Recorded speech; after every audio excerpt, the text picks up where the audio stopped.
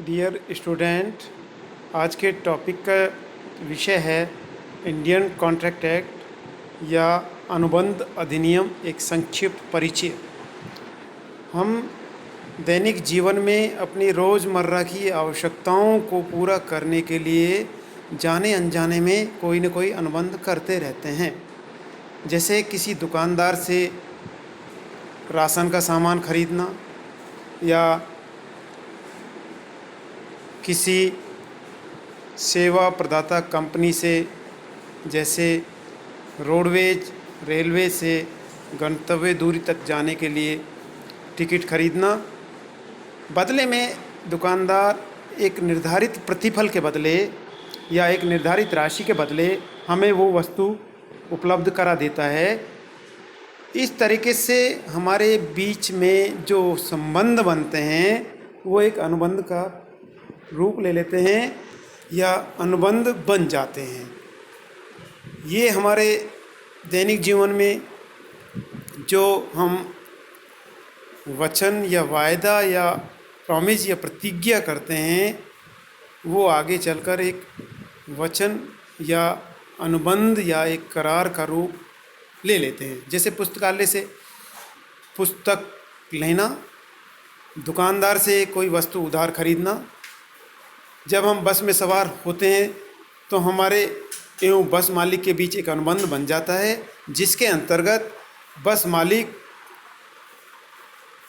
हमें एक निश्चित किराए के बदले में हमें एक निश्चित स्थान तक पहुंचाने का वचन देता है। वास्तविकता यह है कि अनुबंध करने वालों व्यक्तियों को सामान्यतः इसके कानूनी पक्ष का आभास नहीं होता है, प्राय वे इस पर ध्यान भी नहीं देते हैं। लेकिन अनुबंधों की विश्वसनीयता उस जगह ज़्यादा होती हैं जो व्यापारिक या व्यापारिक संनियम की परिधि में रहकर किए जाते हैं। एक व्यापारी के साथ व्यापारिक गतिविधियों को लेकर या व्यापारी के साथ में साधारण व्यक्तियों के द्वारा किए गए करार अनुबंधों पर आधारित। इस संबंध में हमारे यहाँ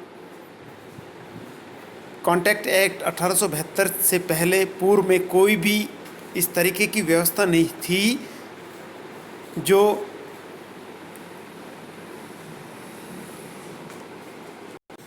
अनुबंध के क्षेत्र में लिए गए निर्णयों को आधार प्रदान करते हों। समस्त निर्णय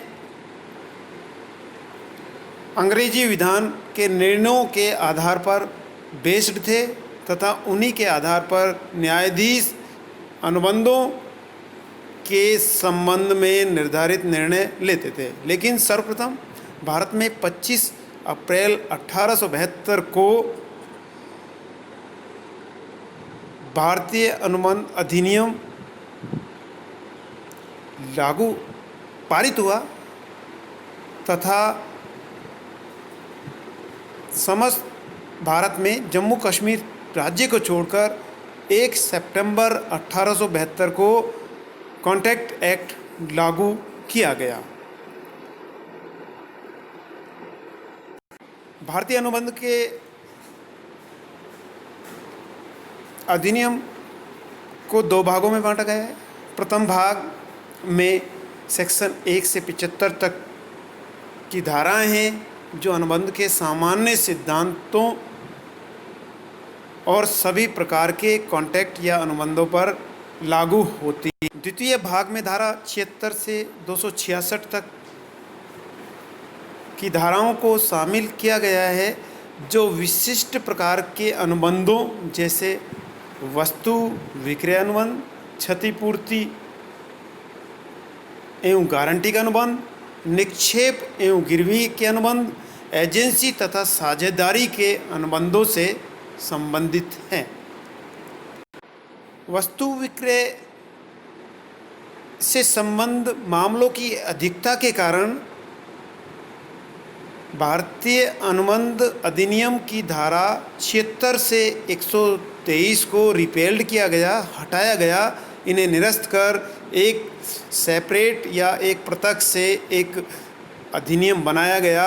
उस अधिनियम का नाम था the sales of good act 1930, या कह सकते हैं वस्तु विक्रय अधिनियम 1930, जिसमें धारा 76 से 123 तक के प्रावधान शामिल किए गए। इसी प्रकार 1932 में साझेदारी अनुबंध अधिनियम की अनुबंध में धारा 239 से 2 तक की धाराओं को इस अधिनियम में शामिल किया गया तथा भारतीय साझेदारी अधिनियम 1932 बनाया गया। यानी कि धारा 239 से 266 को भारतीय अनुबंध अधिनियम से निरस्त कर इन्हें पृथक से भारतीय साझेदारी अधिनियम 1932 में। इस प्रकार हम देखते हैं कि इस परिवर्तन के बाद भारतीय अनुबंध अधिनियम 1872 की विषय वस्तु या कंटेंट निम्न प्रकार से होते हैं: अनुबंध के सामान्य सिद्धांत तथा अर्ध अनुबंध, क्वासी कॉन्ट्रैक्ट, जिन्हें धारा 1 से 75 तक की धाराओं में शामिल किया गया।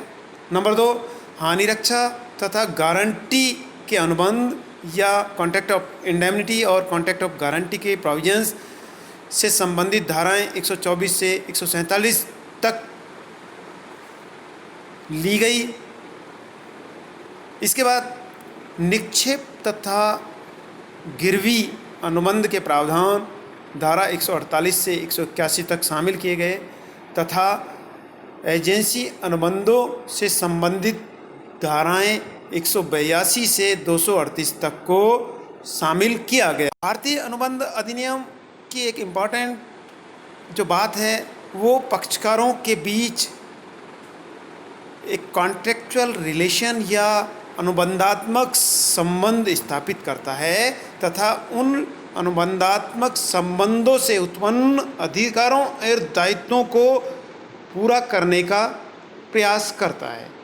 यानी भारतीय कॉन्ट्रैक्ट अनुबंध पक्षकारों के बीच किए गए अनुबंधात्मक संबंधों के फलस्वरूप पक्षकारों के जो दायित्व या अधिकार उत्पन्न होते हैं उनके निष्पादन को करने में अपनी महत्वता या महत्वपूर्ण भूमिका निभाता है। व्यक्ति के 2 तरह के अधिकार होते हैं। नंबर 1, लोकलक्षी अधिकार, जिन्हें राइट इन रैम कहा जाता है। नंबर 2, व्यक्तिलक्षी अधिकार या व्यक्ति के विरुद्ध जो अधिकार प्राप्त होते हैं राइट इन पर्सोनम कहा जाता है। राइट इन रैम एक व्यक्ति को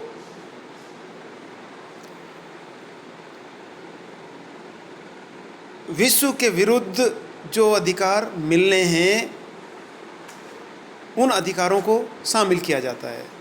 इसके अलावा व्यक्तिलक्षी अधिकारों में हम एक व्यक्ति विशेष को एक व्यक्ति के विरुद्ध जो उसे अधिकार प्राप्त होते हैं उन्हें व्यक्तिलक्षी अधिकार की श्रेणी में शामिल किया जाता है। इसके बाद हम अधिनियम की प्रकृति या उसके नेचर विशेषताएं डिस्कस करते हैं। नंबर 1, अधिनियम का प्रवर्तन। अधिनियम या कॉन्ट्रैक्ट एक्ट 1872 1 सितंबर 1872 से प्रभावी अथवा लागू हुआ माना जाता है। इसके बाद सेकेंड, अधिनियम का विस्तार, एक्सटेंट ऑफ द कॉन्ट्रैक्ट। यह अधिनियम जम्मू एंड कश्मीर राज्य को छोड़कर संपूर्ण भारत में लागू होता है। इसके बाद अधिनियम भारत में किए गए समस्त अनुबंधों पर लागू होता है, चाहे वो किसी भी समाज या धर्म या किसी भी क्षेत्र के लोगों के द्वारा किए जाएं, सभी पर वो समान रूप से लागू होते हैं। हमारा जो भारतीय अनुबंध है वो that is not a complete और परफेक्ट कॉन्ट्रैक्ट एक्ट। हमारा अनुबंध अधिनियम एक तरीके से संपूर्ण या सर्वांगीण नहीं है, इसमें कुछ एक विशिष्ट अनुबंध जैसे बीमा, व्यवसाय या एजेंसी के व्यवसाय या निक्षेप या गिरवी के अनुबंध, उन अनुबंधों की एक संपूर्ण व्याख्या करने में हमारा कॉन्ट्रैक्ट एक्ट सक्षम है या संपूर्ण नहीं है।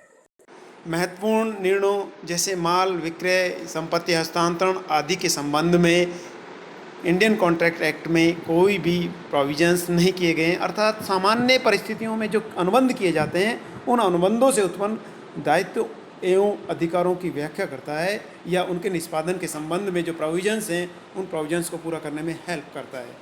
इसके बाद अनुबंध से उत्पन्न दायित्वों की व्याख्या करता है। हमारे बीच कॉन्ट्रेक्चुअल रिलेशंस के कारण या अनुबंधात्मक संबंधों के कारण पक्षकारों के बीच में अधिकार और दायित्व उत्पन्न होते हैं। उन अधिकार और दायित्वों को निष्पादन में कॉन्ट्रैक्ट एक्ट एक महत्वपूर्ण भूमिका निभाता है। कॉन्ट्रैक्ट रिलेशन के कारण हमारे बीच में अधिकार एवं दायित्वों के फलस्वरूप उत्पन्न होने वाले अधिकार एवं दायित्वों को पक्षकारों के द्वारा निष्पादन किया जाता है। यदि उनका एग्जीक्यूशन नहीं संभव नहीं है तो उस स्थिति में एक पक्षकार को क्षतिपूर्ति या उसके प्रति क्या दायित्व है, उस दायित्व के संबंध में कॉन्ट्रैक्ट एक्ट में किए गए हैं। इसके बाद कॉन्ट्रैक्ट एक्ट का संबंध व्यक्ति लक्षिक अधिकारों से होता है या व्यक्ति लक्षिक अधिकारों की व्याख्या करता है, न कि लोक लक्षी अधिकारों की व्याख्या करना। इसका कोई संबंध नहीं है। केवल व्यक्ति लक्ष्य अधिकारों की व्याख्या अनुबंध अधिनियम। इसके बाद अनुबंध के कानून का क्षेत्र, scope of law of contract. इसमें अनुबंध, इसमें दो बातें इंपॉर्टेंट हैं। अनुबंध का कानून, जो अनुबंधों का कानून या ठहराव का संपूर्ण कानून नहीं है। अनुबंध में जो समस्त ठहराव हैं वो एक तरीके से इस श्रेणी में नहीं लिए जाते हैं। केवल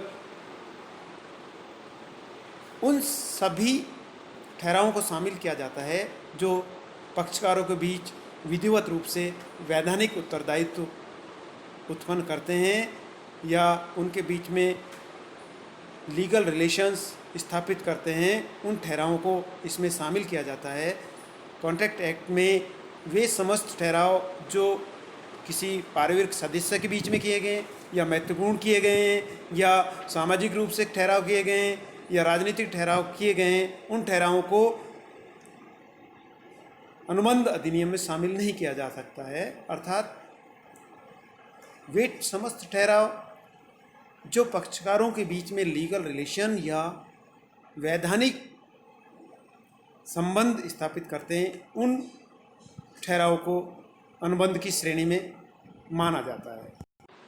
नंबर 2, अनुबंध का जो यह कानून है, जो प्रचलित कानून है 1872, समस्त कानून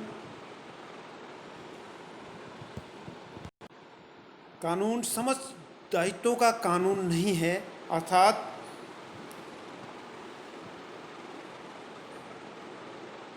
वैधानिक दायित्व जो स्वेच्छा से अनुबंध करने के उद्देश्य से स्थापित किए जाते हैं, उनसे संबंधित तो है ही, लेकिन कई बार परिस्थितिवश कुछ एक ऐसे वैधानिक दायित्व उत्पन्न होते हैं जो कानून द्वारा हम पर थोपे जाते हैं और उनके फलस्वरूप हमें अपने अपने दायित्वों का निर्वहन करना होता है। तो ओवरऑल हम कह सकते हैं कि यद्यपि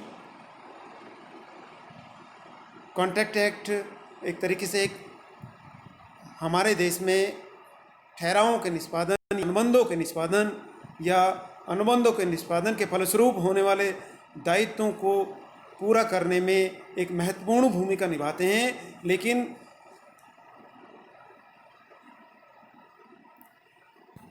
जिस हिसाब से हमें संविधान में संशोधन की आवश्यकता महसूस की गई, समय समय पर उन संशोधनों को इस अधिनियम में शामिल नहीं किया गया, जिसके कारण अब तक कॉन्ट्रैक्ट एक्ट में बहुत ही सीमित संशोधन किए गए हैं। सन 1899 में धारा 19A जोड़ी गई थी और सन 1930 में तथा 1932 में इस अधिनियम की कुछ धाराओं को निकालकर माल विक्रय अधिनियम तथा साझेदारी अधिनियम का पृथक पृथक निर्माण किया गया।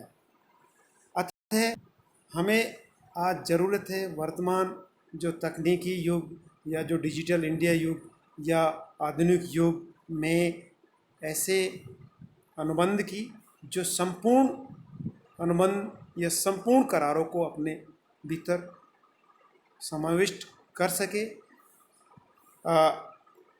इसके बाद जो नेक्स्ट जो टॉपिक है वो आपका अनुबंध का निर्माण कैसे होता है, अनुबंधों के वैलिड पार्ट या वैलिड अनुबंधों की क्या विशेषताएं होनी चाहिए, अनुबंधों की जो लीगल प्रक्रियाएं हैं उनको किस तरीके से पूरा किया जाता है, अनुबंधों का निर्माण कैसे होता है, ये सब डिस्कस करेंगे। धन्यवाद।